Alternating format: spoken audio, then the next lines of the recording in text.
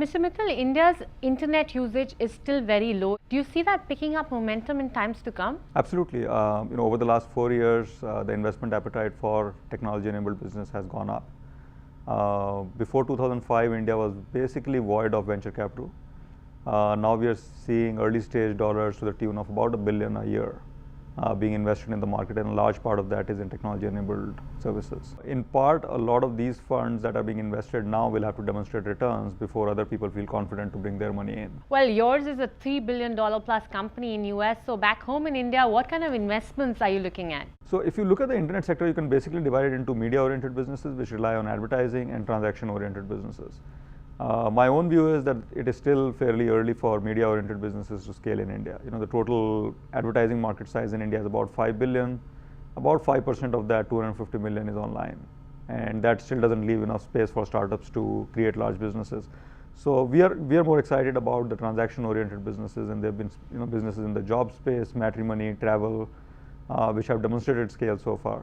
And other forms of e-commerce businesses, classified businesses, are businesses that we are excited about going forward. There is a secular rate of 20 to 30% at which it is growing right now, but with 3G and broadband wireless coming up, those numbers could be significantly higher. So there is a lot of anticipation of growth in the usage. So we understand you have 8 total investments in India. Can you just throw some light into what kind of ventures have you already invested in? So we've got 8 investments in India. We've got investments in the services sectors, E4E, iYogi, which is a direct-to-consumer desktop support business, and UnitedLex, which is a legal outsourcing business.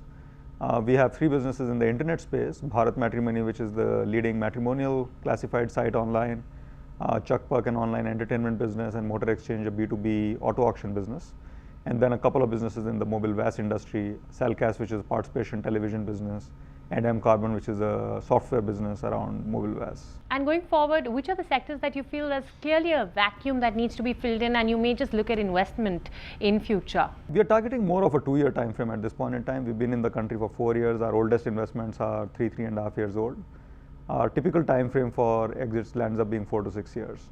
But yes, there is significant traction on multiple of these companies. And we expect good outcomes in the next couple of years. All right. Thank you so much for sparing your time, and it was a pleasure speaking to you.